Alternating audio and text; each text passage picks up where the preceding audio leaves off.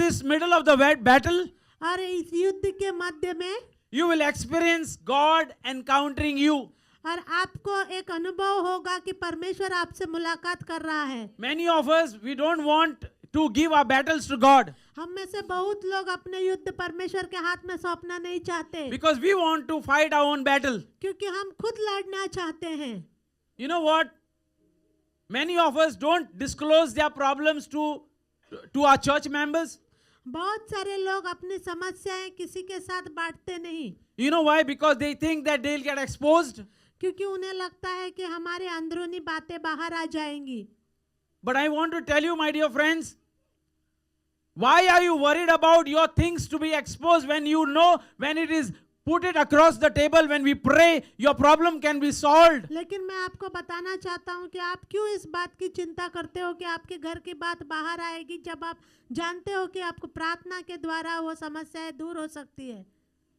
Being a man of God, एक परमेश्वर का दास होने के नाते when I tell you that I had a problem on my right heel, जब मैं आपको बताता हूँ कि मेरे दाहिने पाँव में जो है समस्या थी कुछ, and I've been struggling it, I was struggling it for last 3 months, और 3 महीने से मैं उस समस्या को लेके संघर्ष कर रहा था। and I've been telling for you to pray for me. We prayed when we had a overnight stay in Benaulim, and I told in front of everybody, Darren, to pray for me. Can you remember? और मैं आपको बता रहा था आप सब लोगों को कि आप मेरे लिए प्रार्थना करो, और जब हम रात को रुकने के लिए गए थे पिछले दिनों में बंगले पे, तो वहाँ पे भी मैंने बोला था प्रार्थना के लिए। And in front of everyone, Darren prayed for me. I want a healing, I told you. I don't know how many of you can remember this. और डैरन ने सबके सामने मेरे लिए प्रार्थना किया था, तभी मुझे पता नहीं कितने लोगों को याद है। And I was struggling. I was asking God, you are my healer. You can heal me. और मैं बहुत संघर्ष कर रहा था, और मैं परमेश्वर से कह रहा था कि तू मेरा चंगा करने वाला है, परमेश्वर है। And I was praying before last Sunday, the healing Sunday.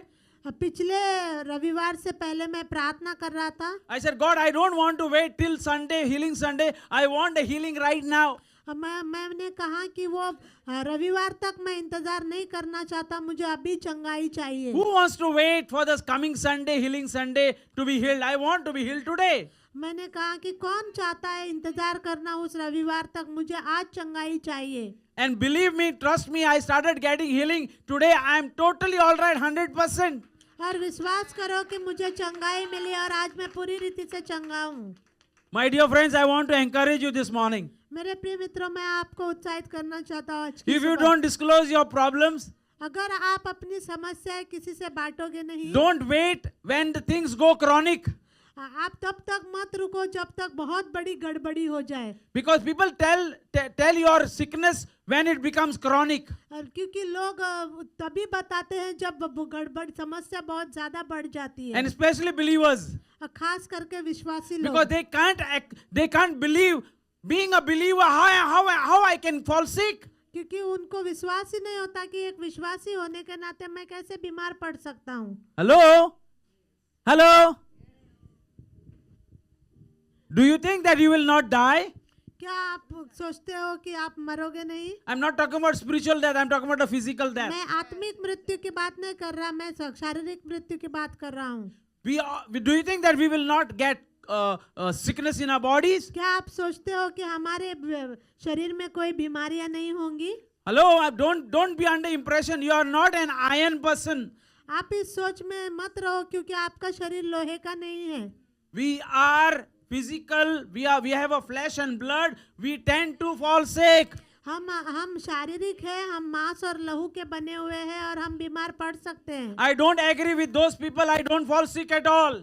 मैं उन लोगों से सहमत नहीं हूँ जो कहते हैं कि मैं कभी बीमारी नहीं पड़ता। I'm telling you, please experience falling sick so that you know that your body is real. मैं आपको कहना चाहता हूँ कि आप उस बीमारी का भी अनुभव करो, ताकि आप समझ सको कि आपका शरीर जो है मांस और लहू का है। Hello? Some of you not agree with me right now. I don't want to fall sick. I'm telling you, please experience falling sick, because you need to know how your physical organs are functioning. You need to know, are they functioning well or not? आप में से कुछ लोग मुझसे सहमत नहीं होंगे, आप लोग बोलेंगे कि मैं बीमार नहीं पड़ना चाहता हूँ, लेकिन मैं कहना चाहता हूँ कि आप उस अनुभव से भी गुजरना चाहिए ताकि आपको पता चले कि आपका शरीर का हर एक अंग सही रीति से कार्य कर रहा है या नहीं। Couple of months back, I was getting a lump out here. 1-2 महीने पहले मेरे हाथ में एक गांठ थी, There was lump which was growing here. और एक गांठ थी जो बड़ी हो रही थी। I declared it in front of my church members. I didn't feel shy. मैंने अपने कलीसिया के लोगों के सामने उसको दिखाया, And you saw it growing. और आपने देखा उसको बढ़ते हुए। And I used to get a little pain when it was growing. और जब वो बढ़ रहा था तो मुझे थोड़ा थोड़ा दर्द भी हो रहा था, And I was getting a lot of wrong ideas into my mind. और मेरे मन में बहुत सारे बुरे बुरे ख्याल आ रहे थे। But when we prayed, लेकिन जब हमने प्रार्थना किया, when you prayed for me, जब आप लोगों ने मेरे लिए प्रार्थना किया, it vanished. वो गायब हो गया, It is gone. वो पूरी रीति से चला गया। In this middle of my war, मेरे युद्ध के मध्य में, in this middle of my situation, मेरे इस परिस्थिति के मध्य में I encountered God. मैंने मुलाकात हुई I परमेश्वर know से। that God is living. मुझे पता चला कि परमेश्वर जीवित I है। know that God is existing. मैंने जाना कि परमेश्वर जो है वास्तविक है। So allow God to go, you to go in the war, in the battle. तो अब आपको अपने आप को युद्ध से गुजरने देना चाहिए। You need to know that God is on your side. आपको यह जानने की जरूरत है कि परमेश्वर आपकी ओर है। Don't say God, take away all the problems. Don't say to him like that. आप ऐसा मत बोलो परमेश्वर से कि आप मेरी सारी समस्याओं को दूर कर दो।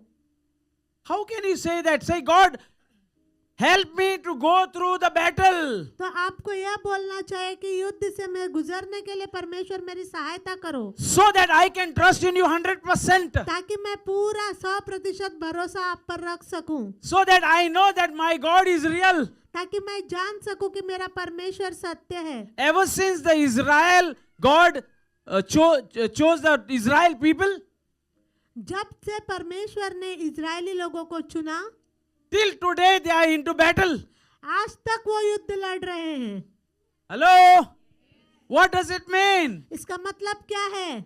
Just because they are God's people, that God is sparing them to keep it very happy throughout their life? इसका मतलब ये नहीं है कि वो परमेश्वर के लोग हैं तो परमेश्वर उनको सारी समस्याओं से दूर रख रहा है, सिर्फ खुशी दे रहा है। Today also there are missiles flying over their roof.